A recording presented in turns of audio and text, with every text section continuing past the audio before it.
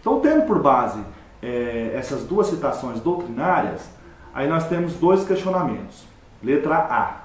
Quanto à natureza do poder constituinte originário, há duas correntes, é dizer, a corrente justnaturalista e a justpositivista.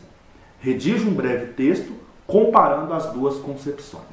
Então, como sempre, vocês sabem, quando você tem que estabelecer uma comparação entre duas correntes, entre dois conceitos, você precisa trazer à tona a delimitação conceitual dos dois. Então, primeiro você define qual que é a concepção justnaturalista de poder constituinte originário, depois qual é a concepção justpositivista de poder constituinte originário e estabelece uma comparação, identificando em que se assemelham, se tiver alguma semelhança, e em que se diferenciam, se, no caso aqui, tivermos, como de fato temos, muitas divergências.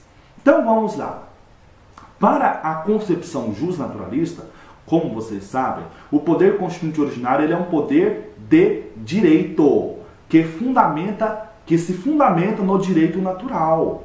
O direito natural, na concepção do justnaturalismo, ele pré-ordena e conforma a atividade do constituinte originário. Pré-ordena e conforma em que? Aos ditames da razão humana e aos ditames da justiça social. Então, na concepção do justnaturalismo, a atividade criadora do poder constituinte originário, ela não é livre, ela não é ilimitada. Ela está, pois, condicionada, portanto, aos ditames da própria racionalidade e da própria ideia de justiça social. É dizer, na concepção do justnaturalismo, independentemente do reconhecimento dos direitos humanos por uma ordem política, uma ordem social, uma ordem jurídica, direitos há que são imanentes, inerentes à própria condição humana. Independentemente do reconhecimento do Estado, eles são oponíveis contra esse próprio Estado. Eles são exigíveis desse próprio Estado. Então, na concepção justnaturalista, o poder constituinte originário é um poder de direito. Ele é conferido pelo direito natural, que se pauta nos ditames da racionalidade humana e da justiça social. Já para o justpositivismo, o poder constituinte originário, conforme nós vimos, é um poder de fato, é uma energia social que está fundamentada nas suas próprias convicções. Ele não está pré-ordenado por nenhuma ordem jurídica anterior. Essa ideia do justnaturalismo de conformar e pré-ordenar a atividade do constituinte originário, quando ele pretende inaugurar uma nova ordem jurídica, um novo Estado, ela é absolutamente questionada e refutada pelo justpositivismo. Então, para o justnaturalismo, é um poder de direito. Para o justpositivismo, é um poder de fato que se fundamenta nas suas próprias convicções. Então, vejam só. Para o justpositivismo, a atividade criadora do constituinte ela é, em regra, ilimitada. Por quê? Porque, do ponto de vista estritamente jurídico, ele vai agir com ampla e irrestrita liberdade para ordenar e conformar a ordem política, social e jurídica que pretende inaugurar. Esta ideia ela não é aceita no justnaturalismo, conforme vimos agora há pouco. Então, vejam bem, você identifica qual que é a concepção de poder constituinte originário para o justnaturalismo. Depois, identifica qual que é a concepção de poder constituinte originário no justpositivismo. Aí você compare as duas. Neste caso aqui, nós não temos semelhanças, a não ser que tanto para o justnaturalismo quanto para o justpositivismo, o poder constituinte originário, ele estabelece uma nova ordem jurídica e inaugura, do ponto de vista jurídico, um novo Estado. Para o poder, melhor dizendo, para o justnaturalismo, essa atividade ela é limitada. Para o justpositivismo, ela é ilimitada.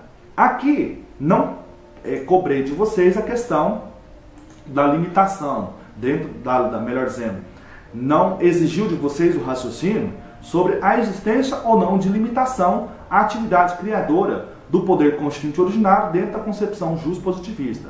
Não vamos fazer isso agora, porque nós temos alguma questão aqui em que esse tema será retomado, tá? Então essa temática será retomada. Letra B. Letra B da questão de número 2. À luz da doutrina pátria majoritária, quais são as principais características do poder constituinte originário. Explique-os.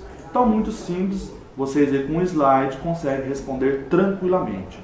O poder constituinte originário tem as seguintes características. Ele é inicial, ilimitado, incondicionado, autônomo e permanente. Conforme visto em sala de aula, essas características são as características atribuídas a uma verdadeira divindade. Então, essa atividade criadora é quase que uma atividade divinizada, por assim dizer, né? Por que ele é inicial? O poder constituinte originário ele é inicial porque ele é energia ou a força social que inaugura um novo Estado. Ele inaugura um novo Estado e uma nova ordem jurídica. Ele que está dando início a tudo. Ele é ilimitado. Como assim ilimitado?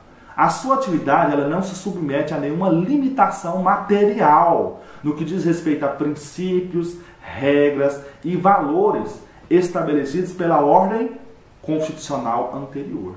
Então essa ilimitabilidade aqui, ela diz respeito à essência da ordem jurídica anterior. Depois, disse que o poder constituinte originário ele é incondicionado, não se submete a limitações formais e aos procedimentos do processo legislativo previsto na ordem jurídica anterior. Depois, disse que ele é autônomo. Essa autonomia, na verdade, ela é uma síntese das duas características anteriores. Como o poder constituinte originário não se submete às regras, princípios e valores da Constituição anterior, nem mesmo ao procedimento legislativo, ele decide como, quando e a que tempo ele irá e se irá implantar uma nova ordem constitucional. Então ele age com autonomia. Por fim, o poder constituinte originário é permanente. Por quê? Porque ele representa a expressão sublime da vontade de um povo de estabelecer um novo Estado e uma nova ordem jurídica. Se representa a sublime vontade de um povo de estabelecer um novo Estado e uma nova ordem jurídica, ele não poderia, por uma questão lógica, estabelecer a ordem constitucional e desaparecer. Aonde iria? Para onde iria, então, a soberania popular? Então, vejam bem, do ponto de vista teórico, e Luiz Roberto Barroso compreende isso de forma muito interessante, muito clara, uma vez ultimado o propósito da atividade criadora do Constituinte originário, essa energia que era social e agora vai ser jurídico-constitucional, ela entra em estado de hibernação e se infiltra no sistema. Ela é identificada com a ideia mesmo de soberania popular. E essa soberania popular, que antes da elaboração da Constituição era o poder constituinte originário, ela é identificada com a supremacia formal da Constituição. De forma que toda atividade política, seja ela no plano material, seja ela no plano legislativo, que vulnerar as regras, princípios e valores que foram idealizados pelo poder constituinte originário, será tida por inconstitucional, por vulnerar o projeto inicial do poder constituinte originário.